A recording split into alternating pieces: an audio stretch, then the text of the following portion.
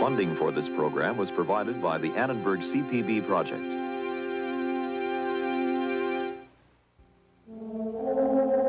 It was a time of anarchy, of murder, arson, pillage, rape, a time when the world seemed to fall apart. Even the church depended on the barbarian tribes who ruled the West. As the barbarians were Christianized, the church became more barbarous. The Dark Ages, this time on the Western tradition.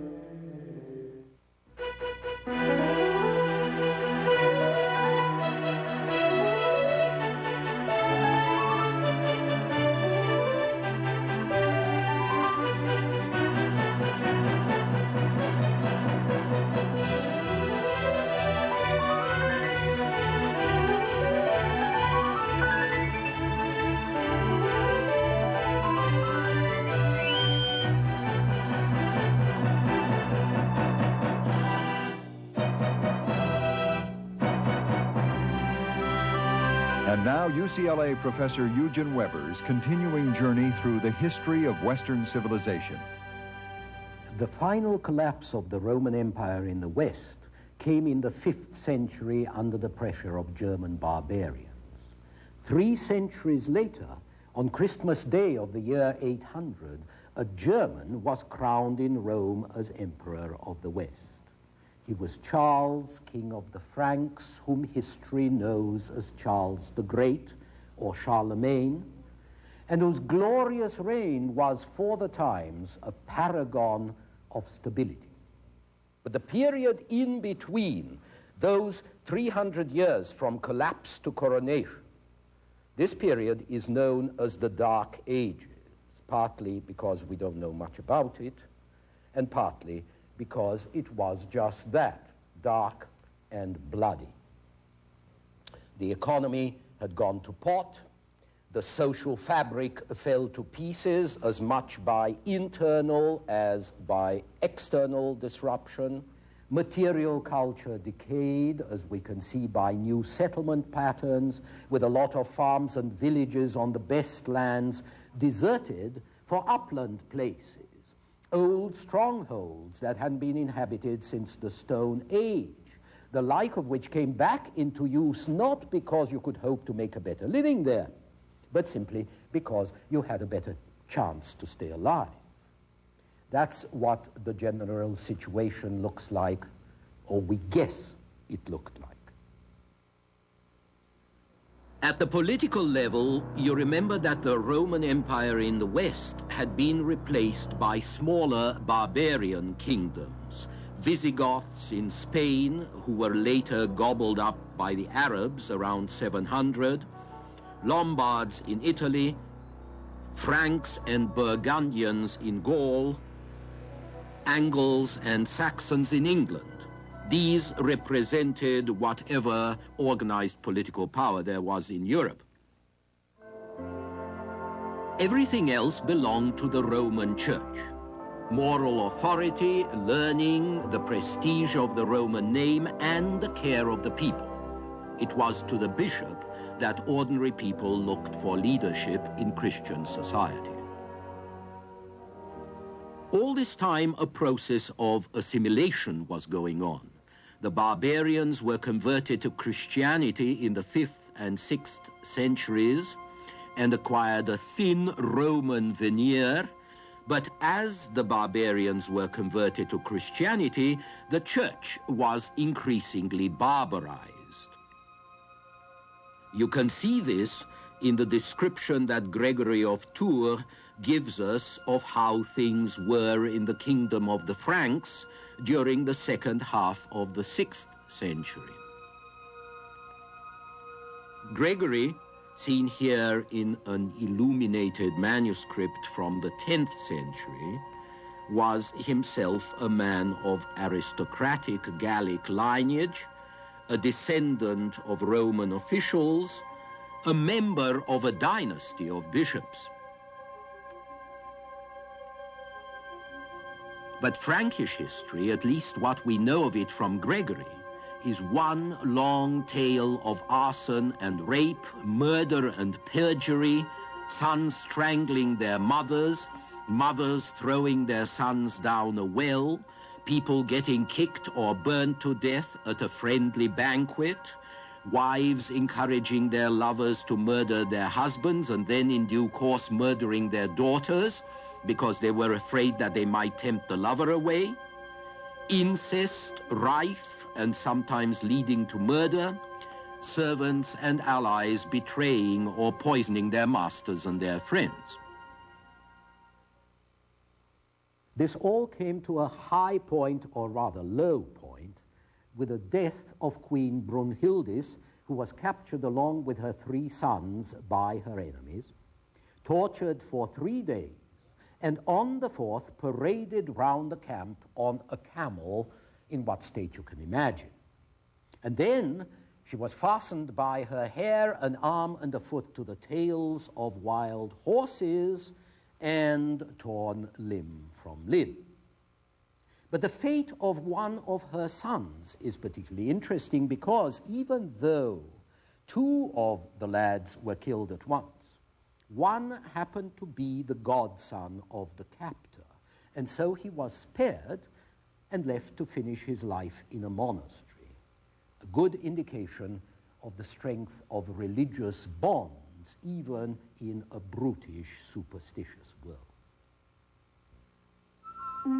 It was on these savage barbarians that the church was increasingly dependent. Consequently, the outward decline in the condition of culture was accompanied by a deterioration of moral standards among the clergy.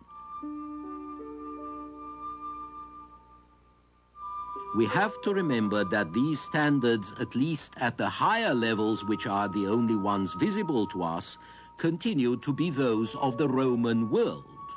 So we shouldn't be surprised that bishops had slaves and concubines as other gentlemen did. But we also find bishops who wear mail and sword under their vestments, presumably for ready use, and who despoil poor men of their holdings and sometimes of their wives as well. There is a scene at the table of a Frankish king where 2 bishops accuse each other of licentiousness, and there are many scenes where the bishops get so drunk that they can't even recognize their guests. The world which Gregory of Tours describes is a world of violence and corruption, in which rulers set the example of injustice and contempt for the law, and where even the barbaric virtues like loyalty and military honor are no longer preserved. In such a world, religion was able to maintain its power only by the terror and the awe that its supernatural prestige sometimes inspired, and by the threat of spiritual violence, which it used to protect itself from the physical violence of barbarism. Fear of the wrath of God, fear of the vengeance of the saints, these were the only things that might intimidate the lawless ruffians who were so common among the new ruling classes. This is the period when saints played their most important part. Here, for instance, is Saint Cuthbert, who once revived a dying baby with a kiss. In the Dark Ages, saints were not merely models of moral perfection whose prayers were invoked by the church. They were very pragmatic forces who played a constant part in daily life, intervening in very practical ways, so that the fishermen of Naples scourged their saints when they caught no fish. Saints were, in effect, supernatural powers, and they were thought to live in the sanctuaries from which they could watch over the welfare of their land and their people. The most important saint for Gregory was St. Martin, whose shrine at Tours was considered a fountain of grace and miraculous healing to which the sick came from every part of Gaul. St. Martin was thought to be particularly good against epilepsy and impotence. The shrine at Tours was destroyed in 853, and it was replaced several times, this one being the latest version. The original shrine was a sanctuary where fugitive slaves, escaped criminals, people outlawed by the king could all find refuge and supernatural protection. As a result, it was chock full of refugees. In principle, any church was supposed to provide sanctuary, but it had to be a pretty important saint who could actually frighten the great lords or the king from robbing the saint's property or from shedding blood on his premises. Those churches that were spared owed it largely to the power of their patron saint.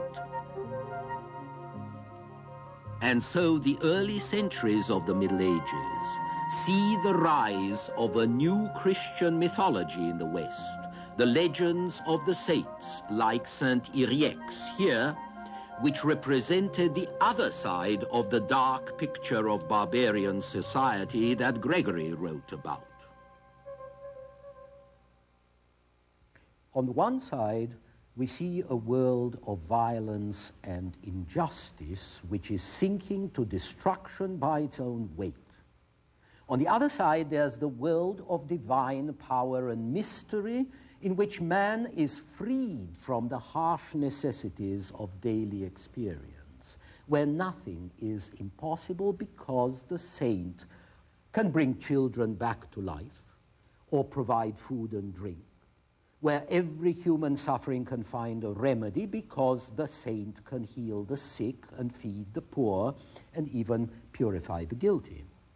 Now, in this twilight world, it was inevitable that the Christian saint should acquire some of the features of the witch doctor on the one hand and the demigod on the other, that his prestige should depend upon his power as a wonder worker, and that men should appeal to him very much as they used to appeal to the family gods or to the local gods of the ancients, as a patron of the family, as a patron of the community. It was only in this world of Christian mythology that the vital fusion of the Christian faith and ethics with the barbaric tradition of the new peoples could have been achieved. It was obviously impossible for peoples without any tradition of philosophy, without any written literature, to assimilate directly the subtle, profound theology and metaphysics of the great doctors of the church. The barbarians could understand and accept the spirit of the new religion only when it was manifested to them, obviously, visibly, in the lives and the acts of men who seemed endowed with supernatural qualities. So the conversion of Western Europeans was not achieved so much by a new doctrine as by a new power that impressed them and subdued them. The Christian missionaries themselves were powerful personalities, brave, hardy, inspiring enthusiasm and trust. And there were women saints as well as men. Walburga, who practiced medicine among the Saxons and who is remembered on the night of May the 1st, Walpurgisnacht. And Saint Audrey, abbess of Ely, whose feast on June the 23rd was so popular that it became famous for its annual fairs. The cheap trumperies and necklaces on sale there gave the name to tawdry. Women also played an important part in the conversion of the pagans at the political level. In 496, a Catholic princess of Burgundy, Clotilda, married Clovis, king of the Franks, and helped to convert him to Christianity. 100 years later, Clotilda's great-granddaughter, Bertha, married and converted this man, Ethelbert, king of Kent, and their offspring carried Christianity from Kent to Northumbria. In 987, the Hungarians were Christianized by Stephen, later Saint Stephen, who was baptized by his mother and encouraged by his wife. This was not pillow talk, of course. It was a matter of alliances and political interests. But whatever the reasons, wives played an important role in such conversions. Then, once Christianity was accepted by the nobles, the Church's prohibition of incest began to change the political face of Europe. It meant that the network of royal marriages was going to spread from Ireland to Constantinople, from Castile to Novgorod, avoiding the disadvantages of inbreeding, but also intertwining a group of families highly selected for their abilities in government and war. And the Church's prohibition of polygamy meant that, theoretically at least, bastards were excluded from succession to the throne. Now, it took a long time to convince the ruling classes to abide by such exclusions. Still, gradually, it would no longer be necessary to murder all your brothers to be safe. Succession to the throne was clarified and stabilized, all of which had its uses. The main thing, however, is that the Western Church did not come to the barbarians with a civilizing mission or with any promise of political and social progress. It came with a tremendous message of divine judgment and divine salvation. Humanity was born under a curse. It was enslaved by the dark powers of cosmic evil. It was sinking ever deeper under the burden of its own guilt. Now, this was obvious enough. And it was only by way of the cross. It was only by the grace of the crucified Redeemer, or better still, of Christ in majesty, that men could extricate themselves from the damned mass of unregenerate humanity, could escape from the wreckage of a doomed world. The world was falling to pieces, it was coming to an end, and so it was natural for Christians to turn their eyes to the other world, to the eternal city rather than to an earthly one, and to the Church, which offered the only avenue towards it. The argument was so convincing that while chaos continued and increased in the Western world, all the activities and the aspirations that we call cultural were concentrated in and on the Church, the tradition of Latin culture, the patterns of Christian life, were not going to be preserved or developed in the cities which fell more and more into ruins, but in monasteries.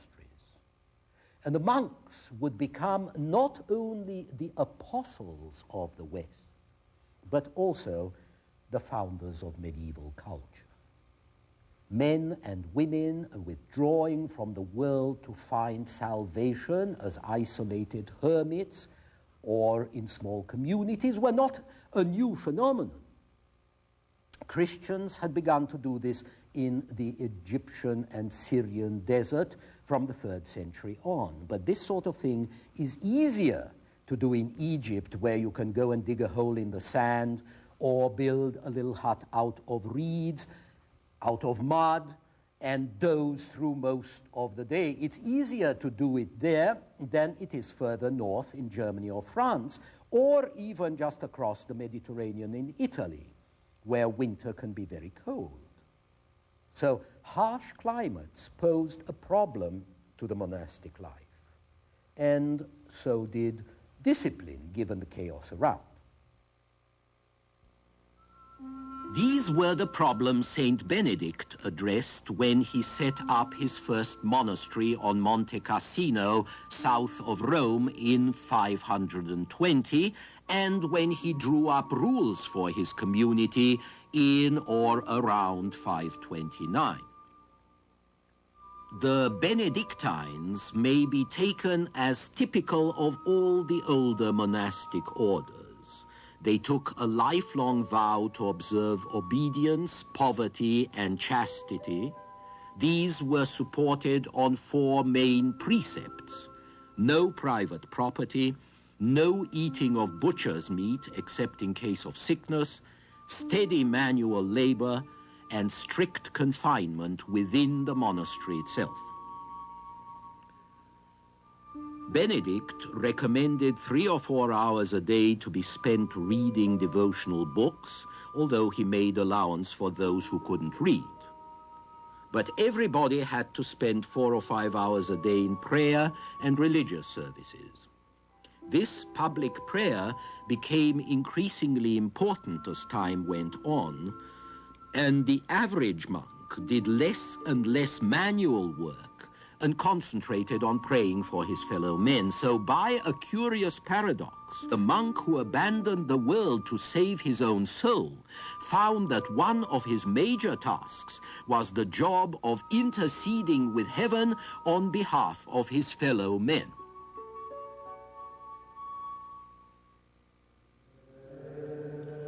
The rule of Saint Benedict is a model of practical and spiritual wisdom, even to recommending how monks should sleep. They shall sleep separately in separate beds. A candle shall always be burning in their cell until early in the morning. They shall sleep clothed and girt with belts or ropes, and they shall not have their knives at their sides, lest perchance in a dream they should wound the sleepers. But like a lot of great documents, the rule of St. Benedict became in time more a statement of what should be than an indication of what actually was. Property and meat crept in, work and abstinence went out. In spite of repeated reforms, monasteries became more businesslike and more worldly. This isn't surprising when you consider that in a troubled, violent, unsafe world, monasteries and convents afforded shelter and a minimum of order and comfort to a greater extent and for longer periods of time than any other residential establishment. The shelter wasn't merely physical, of course, it was spiritual too. Men and women crept into monasteries out of the cold, chilled to the marrow by the wickedness and wildness outside, envisaging the cloister as a refuge where they could keep warm in the faith. They could also maintain what bits and pieces of civilization were left, copying and illustrating old manuscripts when they weren't scraping them off to make room for something else. And they could spread the Christian message by missionary work, not just by sending out fiery preachers, but by example. Monasteries were sited in rural areas, and it was the monks who converted illiterate and heathen peasant populations, and who also probably introduced agricultural and technological improvements that were going to change the quality of life all over Europe. The Dark Ages must have been incredibly dismal. with raids and counter-raids, ambushes, robberies, murder, looting, kidnapping, torture, and drunken brawls ending in bloodshed, and hands and ears and noses cut off, which was considered a more Christian treatment of criminals or enemies than putting them to death. But through all this, life went on in burghs and monasteries and fortified manors. People maintained a minimal security. Merchants traveled on the old Roman roads. They were robbed once and twice, but they went on trading. Above all, men and women went on sowing, harvesting, driving the pigs into the forest, driving the cattle out to pasture to feed themselves and their masters as best they could. Next time, we shall see how the Dark Ages came to an end, although not the darkness.